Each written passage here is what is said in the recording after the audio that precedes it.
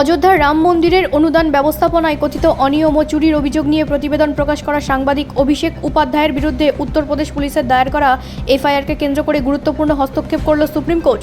শীর্ষ আদালত আপাতত তার বিরুদ্ধে কোনো জোরপূর্বক ব্যবস্থা না নেওয়ার নির্দেশ দিয়েছে। একই সঙ্গে পুলিশকে এফআইআরের সম্পূর্ণ কপি সাংবাদিককে দেওয়ার নির্দেশ দেওয়া হয়েছে। প্রধান বিচারপতি সূর্যকান্ত, বিচারপতি জয়মাল্য বাগচি এবং বিচারপতি ভি মোহনা সমন্বিত বেঞ্চে মামলাটি শুনানি হয়। আদালত উত্তরপ্রদেশ সরকারের কাছে নোটিশ জারি করেছে এবং গাজিয়াবাদ পুলিশ কমিশনারকে এফআইআরের কপি সরবরাহের বিষয়ে একটি কমপ্লায়েন্স রিপোর্ট জমা দিতে বলেছে। মামলার পরবর্তী শুনানি 7 সেপ্টেম্বর নির্ধারিত হয়েছে। অভিষেক উপাধ্যায়ের বিরুদ্ধে গাজিয়াবাদের ইন্দিরাপুরম থানায় 18 আগস্ট একটি এফআইআর দায়ের করা হয়েছিল।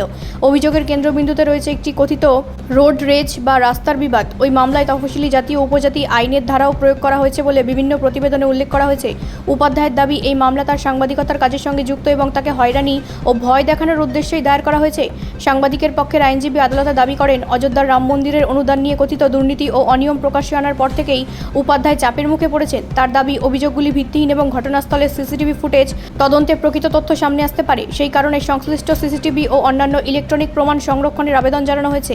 অন্যদিকে সুপ্রিম কোর্ট এই পর্যায়ে এফআইআরটি সত্য না মিথ্যা কিংবা সাংবাদিকের বিরুদ্ধে ওঠা অভিযোগের যথার্থতা নিয়ে কোনো চূড়ান্ত সিদ্ধান্ত দেয়নি। আদালত উপাধ্যায়কে এফআইআরের কপি পাওয়ার পর এলাহাবাদ হাইকোর্টে গিয়ে এফআইআর বাতিলের আবেদন করার পথ দেখিয়েছে।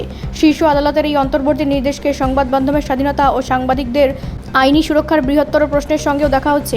বিশেষত জনস্বার্থের বিষয় নিয়ে অনুসন্ধানী প্রতিবেদন প্রকাশের পর কোনো সাংবাদিকের বিরুদ্ধে ফৌজদারি মামলা হলে তার উদ্দেশ্য ও তদন্তের নিরপেক্ষতা নিয়ে প্রশ্ন ওঠা স্বাভাবিক।